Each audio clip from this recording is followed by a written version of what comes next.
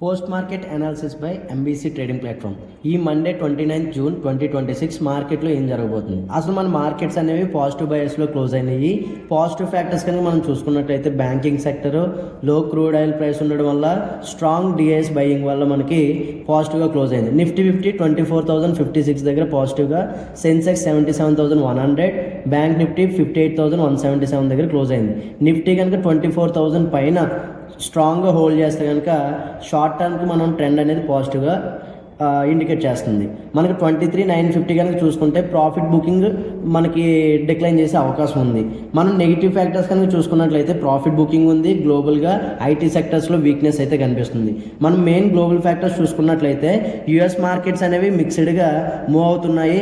ఏదైతే ఎకానమీకి డేటా ఉందో ఎకానమీకి డేటా కోసం అయితే వెయిట్ చేస్తున్నారు. యూరోపియన్ మార్కెట్స్ అయితే కనుక కొద్దిగా రిస్కీగానే స్ట్రీమ్ అవుతున్నాయి నెగిటివ్గా. ఏషియన్ మార్కెట్స్ అయితే మిక్స్డ్గా మూవ్ అవుతున్నాయి. క్రూడ్ ఆయిల్ అయితే మాత్రం చాలా స్టేబుల్గా ఉంది. మెయిన్ మనకి యుఎస్ డాలర్ ఇండెక్స్ అయితే కనుక ఒకే రేంజ్ బౌండ్లో స్ట్రీమ్ అవుతుంది. ఇప్పుడు మనం టెక్నికల్స్ కనుక మాట్లాడుకుంటే ఎఫ్ఐఎస్ అండ్ డిఎస్ డేటా చూస్తే ఎఫ్ఐఎస్ నెగిటివ్గా ఉన్నారు, డిఎస్ అయితే పాజిటివ్గా ఉన్నారు. మనకి టెక్నికల్స్లో నిఫ్టీ 50 రేపు 24,000, 23,950, 23,850 ఇమీడియట్ సపోర్ట్స్ కింద తీసుకునే అవకాశం ఉంది. ఇమీడియట్ రెసిస్టెన్స్ అయితే 24,120, 24,200, 24,300 ఇమీడియట్ రెసిస్టెన్స్.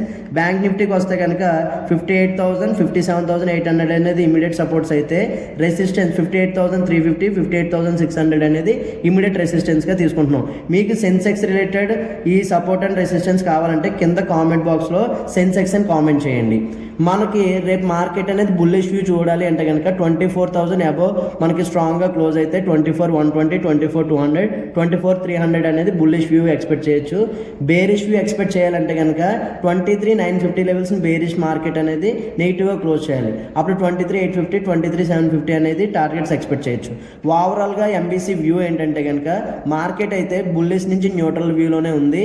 మనకి మెయిన్ గ్యాప్ అప్స్ కానీ గ్యాప్ డౌన్స్ కానీ మీరు చేస్ చేయొద్దు. కన్ఫర్మేషన్ వచ్చిన తర్వాత మీరు ఎంట్రీ తీసుకోండి. మెయిన్ స్పెసిఫిక్ స్టాక్స్ని అయితే మీరు ఫోకస్ చేయాలి. వితౌట్ స్టాప్ లాస్ అసలు ట్రేడ్ అనేది చెయ్యొద్దు దయచేసి.